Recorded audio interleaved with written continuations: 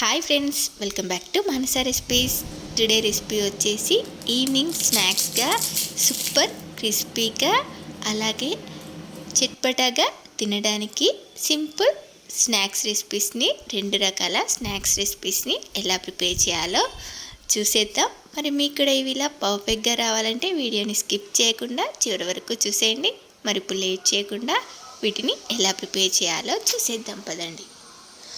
వీటిని చేసుకోవడానికి నేను ఇక్కడ ఈ కప్పుతో 2 కప్పుల గోధుమ పిండిని తీసుకుంటున్నాను. మీరు గోధుమ పిండికి బదులుగా మైదా పిండిని కూడా యూస్ చేసుకోవచ్చు. ఇలా 2 కప్పుల గోధుమ పిండిలో ఒక పావు కప్పు బొంబాయి రవ్వని యాడ్ చేసుకొని, దీనిలోకి మనం చపాతీల్లో పూరీకి సాల్ట్ని ఎలా యాడ్ చేసుకుంటామో అలా సాల్ట్ని యాడ్ చేసుకొని ఇలా జల్లించుకోవాలి. దీన్ని జల్లించుకున్న తర్వాత నెక్స్ట్ ఇప్పుడు దీనిలోకి ఇలా ఒక 2-3 స్పూన్స్ నెయ్యిని కానీ, నెయ్యికి బదులుగా ఆయిల్ని కూడా యూస్ చేసుకోవచ్చు. ఆయిల్ని యూస్ చేసుకోవాలనుకుంటే ఆయిల్ని వేడి చేసి యాడ్ చేసుకోండి. ఇలా ఆయిల్ని కానీ నెయ్యిని కానీ వేసుకున్న తర్వాత ఈ పిండిలో బాగా కలిసేలాగా ఇలా చేతితో రబ్ చేస్తూ దీన్నంతా కూడా ఇలా బాగా మిక్స్ చేసుకున్న తర్వాత పిండి ఇలా ముద్దలా వచ్చిన తర్వాత నెక్స్ట్ ఇప్పుడు దీనిలోకి ఇలా ఒక 1/2 టీ స్పూన్ వాముని యాడ్ చేసుకోండి. ఫ్లేవర్ చాలా బాగుంటుంది. నెక్స్ట్ ఇప్పుడు దీనిలోకి కొంచెం కొంచెం వాటర్ని యాడ్ చేసుకుంటూ ఈ పిండిని చపాతీ పిండిలా తడుపుకోవాలి. చూడండి, ఈ పిండిని ఇలా చపాతీ పిండిలా బాగా ఇలా అరచేతితో ఒత్తుకుంటూ ఈ పిండిని ఇలా చపాతీ పిండిలా తడుపుకోవాలి. చూడండి, ఇలా తడుపుకున్న తర్వాత దీనిపై మూత పెట్టి ఒక అరగంట లేదా 15 నిమిషాల పాటు పక్కన పెట్టేయండి. నెక్స్ట్ ఇలా ఒక టేబుల్ స్పూన్ కార్న్ ఫ్లోర్ తీసుకొని దీనిలోకి కొంచెం నెయ్యిని కానీ ఆయిల్ని కానీ వేసుకొని దీన్ని ఇలా పేస్ట్లా చేసుకోండి.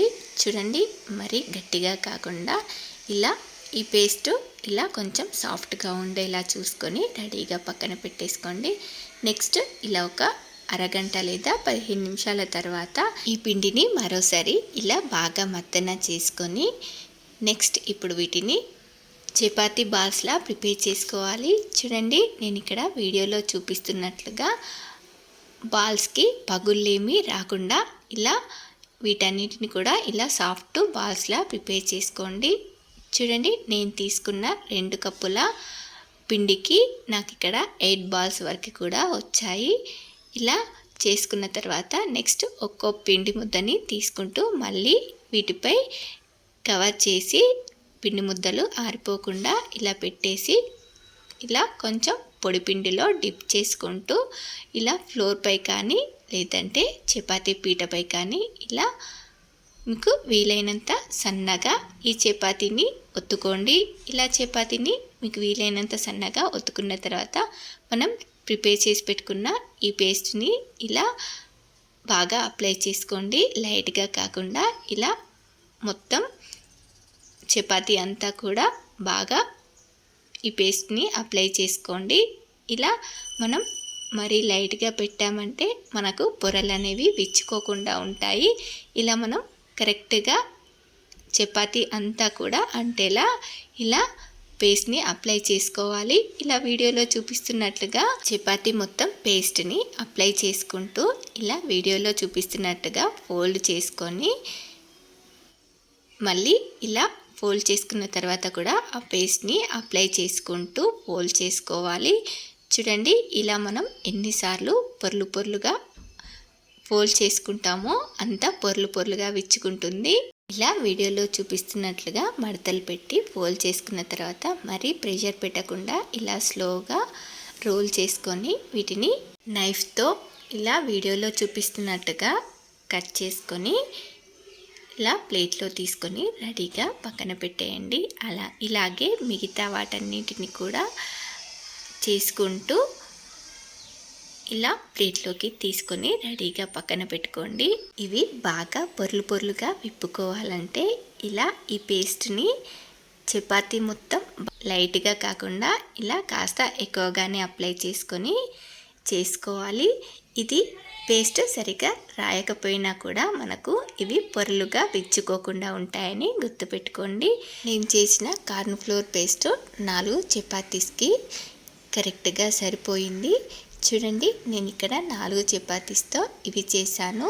మిగతా 2 చపాతీ ముద్దలతో నేను చిట్పటాగా తినే కొంచెం కారంగా క్రిస్పీగా ఉండే ఇంకో స్నాక్స్ కోసం ఇలా చపాతీని వీలైనంత సన్నగా ఒత్తుకొని వీటిని ఇలా డైమండ్ షేప్లో కానీ స్క్వేర్ షేప్లో కానీ మీకు నచ్చిన షేప్లో కట్ చేసుకోవచ్చు. చూడండి, నేను ఇక్కడ డైమండ్ షేప్లో వీటిని ఇలా నైఫ్తో కట్ చేసుకొని తీసేసుకుంటున్నాను. ఇలా డైమండ్ షేప్లో ఈ మిగతా 2 చపాతీస్ని కూడా చేసేసుకొని వీటిని రెడీగా పక్కన పెట్టేసుకోవాలి. నెక్స్ట్ ఇప్పుడు డీప్ ఫ్రైకి సరిపడా ఆయిల్ని తీసుకొని ఆయిల్ని ఇలా లైట్గా వేడి చేసుకోండి. ఆయిల్ ఎక్కువగా వేడయిందంటే ఇవి పొరలుగా విచ్చుకోవని గుర్తుపెట్టుకోండి. ఇలా లైట్గా వేడైన ఆయిల్లో సరిపడాన్ని వీటిని వేసుకొని చూడండి, వెంటనే కదల్చకుండా ఇవి ఇలా పైకి తేలిన తర్వాత చూడండి, ఇవి ఇలా పొరలుగా విప్పుకుంటాయి. మరి ఆయిల్లో ఎక్కువగా వేసినా కూడా ఇవి పొరలుగా విప్పుకోవని గుర్తుపెట్టుకోండి. చూడండి, ఇలా ఎలా విప్పుకుంటున్నాయో పొరలుగా చూసారు కదా. ఇలా పొరలుగా విప్పుకోవడం స్టార్ట్ అయిన తర్వాత మంటని లో ఫ్లేమ్ నుండి మీడియం ఫ్లేమ్లోకి అడ్జస్ట్ చేసుకుంటూ ఇలా వీటిని మంచి రంగులోకి వచ్చే వరకు ఫ్రై చేసుకొని తీసేసుకోవడమే. నెక్స్ట్ ఆయిల్ వేసుకునే ముందు మనకు ఆయిల్ బాగా వేడిగా ఉంటుంది కదా, దీన్ని 1-2 నిమిషాల పాటు చల్లారనిచ్చి మరో ఆయిల్ని వేసుకొని ఇవి అన్నిటినీ వేసుకున్న తర్వాత మళ్ళీ స్టవ్ పై పెట్టి మీడియం ఫ్లేమ్లోనే ఇవి అన్నీ కూడా పైకి తేలిన తర్వాత మంటని మీడియం ఫ్లేమ్లోకి అడ్జస్ట్ చేసుకొని వీటిని బాగా ఫ్రై చేసుకోవాలి. త్వరగా అవ్వాలని చెప్పేసి ఎక్కువగా వేసామంటే మనకు పొరలు అనేవి సరిగా విప్పుకోవు. చూడండి, ఇలా మనకు చాలా ఈజీగా స్నాక్స్ రెడీ అయ్యాయి. నెక్స్ట్ మనం ఇందాక డైమండ్ షేప్లో చిప్స్ని ప్రిపేర్ చేసుకున్నాం కదా, వీటిని కూడా ఇలా ఆయిల్లో వేసుకొని వీటిని కూడా మంచి రంగులోకి వచ్చే వరకు ఫ్రై చేసుకొని తీసేసుకోవడమే. చూడండి, ఇవి మీకు పొంగడం ఇష్టం లేకపోతే వీటిపై ఫోర్క్తో హోల్స్ని పెట్టేసామంటే ఇవి ఇలా పొంగకుండా కూడా వస్తాయి. చూడండి, వీటిని ఇలా మంచి రంగులోకి గోల్డెన్ షేడ్లోకి వచ్చే వరకు ఫ్రై చేసుకొని తీసుకొని దీనిలోకి మీరు కొంచెం ఉప్పు కారంని స్ప్రింకిల్ చేసుకుంటే మీకు నచ్చిన మసాలాలతో చట్పటాగా రెడీ అయిపోతాయి. ఇలా మనకు చాలా ఈజీగా సింపుల్గా స్నాక్స్ రెడీ అయిపోయాయి కదా. ఇలా ఈజీగా 2 రకాల స్నాక్స్ రెడీ అయిపోయాయి. చూడండి, ఇవి మనకు ఎంత క్రిస్పీగా ఉన్నాయో కదూ. వీటిని పిల్లలకి స్నాక్స్ బాక్స్లోకి కానీ ఈవినింగ్ స్నాక్స్గా కానీ అలాగే పాలల్లో కానీ టీలో కానీ ఉంచుకొని తిన్నా కూడా చాలా టేస్టీగా ఉంటాయి. వీటిని మీరు కూడా ఒకసారి ఇలా తప్పకుండా ట్రై చేయండి. ట్రై చేశాక మరి మీకు ఎలా కుదిరాయో కామెంట్ బాక్స్లో నాతో షేర్ చేసుకోండి. అలాగే మీకు ఈ రెసిపీ కనుక నచ్చినట్లయితే ఒక లైక్ చేసి మీ ఫ్రెండ్స్ అండ్ రిలేటివ్స్కి షేర్ చేయండి. అలాగే మరిన్ని టేస్టీ అండ్ హెల్దీ రెసిపీస్ కోసం మానస రెసిపీస్ ఛానల్ని సబ్స్క్రైబ్ చేసి దాని పక్కనే ఉన్న బెల్ సింబల్ని క్లిక్ చేయండి. Thank you for watching my video.